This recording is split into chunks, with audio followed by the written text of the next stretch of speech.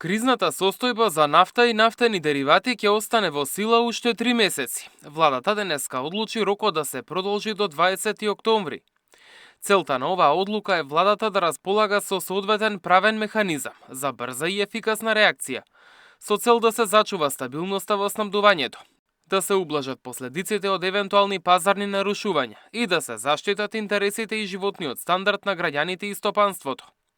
Одлуката ќе биде доставена до собранието, каде пратениците и официјално треба да ја изгласаат. Премиерот Мицкоски пред неколку дена рече дека се исполнети условите за да се намалат акцизите на бензините и дизелот, па можно е од понеделник повторно да се активира оваа антикризна мерка. Опозицијата и денеска критикува. Кризата не стигнува. Поскапувањето на горивата е нов ценовен удар за граѓаните и ќе донесе ново поскапување на цените за храната. Животот стана прескап. Платите не го следат растот на цените. Храната стана луксус. Сметките се превисоки. Неделава бензините поскапеа за денар и пол, а дизелот за 5,5 денари. Ова следи од како цените на нафтата на светските берзи бележат секојдневен пораст, како резултат на се поголемите напади на Блискиот Исток. Суровата нафта од типот Брент и денеска се тргува за над $85 за барел, а нова неизвестност создава можноста да се блокира теснецот Баб ел-Мандеб, една од најважните морски рути за транспорт.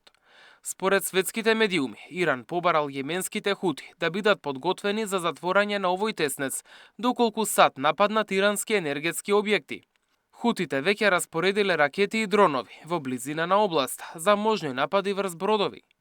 Баб ел-Мандеб е тесен морски премин, што ги поврзува Црвеното и Арапското море, и една од клучните рути за транспорт на енергенси, стока и суровини кон Суетскиот канал и Европа.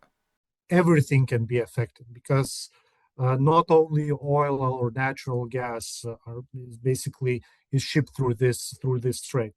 Other cargoes from Asia, such as containers, food as well, fertilizers, coal, and everything else that can be loaded onto the ship and shipped or sailed to the Europe or other part of the world that needs to pass this strait, it might be affected.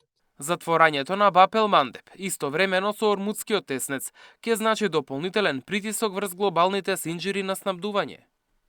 Мартин Арсов, Сител телевизија.